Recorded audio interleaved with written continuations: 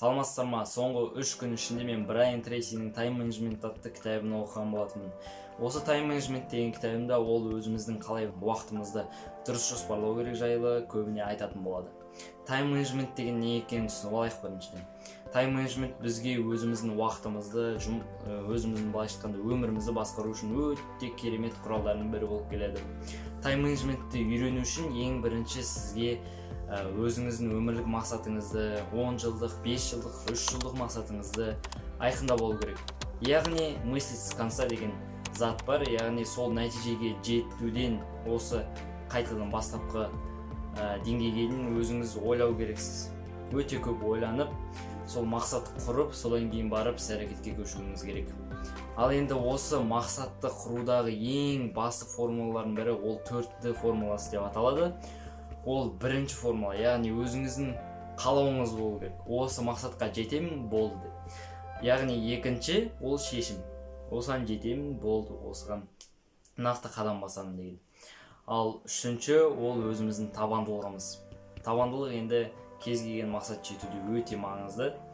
Ал енді төртіншісі ол тәртіп болып келеді.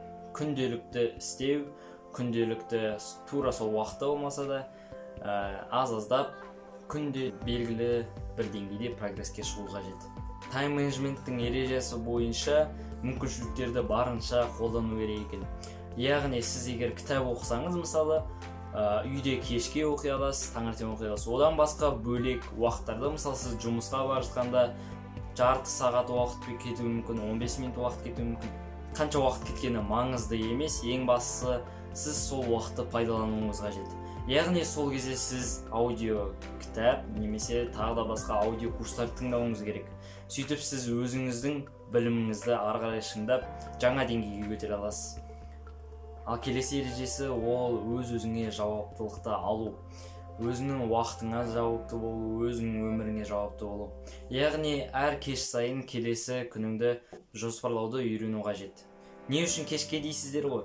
Өйткені кешке біз жатар алдында түгел затымызды жоспарлап ертеңге қойған кезде біздің ұйықтау режиміміз керемет деңгейге шығады. Өйткені басқаларды мысалы салыстырсақ, басқалары келесі күн жоспарламаса, түні бойы сол келесі күн не болады екен деп өзінің миын ауыртып, түні бойы жататын болады. Ал кешке сіз жазып қойсаңыз, тіптен жақсы болады, өйткені сіз өзіңізді керемет еркін сезінесіз, ертеңгі күнге сенімді сезінесіз. Ал енді Time Management'тегі ең басты заттардың бірі мақсатымызды анықтап алдық делік. Ал енді мақсаттарымыздың ең бірінші құндылығын түсінуіміз қажет. Кейін сол арқылы өзіміздің мақсаттарымызды рет-ретпен қойып, әрқайсысына бөлек-бөлек фокусымызды қоюымыз қажет. Яғни назарымызды бағыттауымыз қажет. Сол арқылы біз өзіміздің мақсаттарымызға тез жете аламыз. Ал тез жете алсақ, бұл Time Management'тің ең керемет қасиеттерінің бірі болмақ.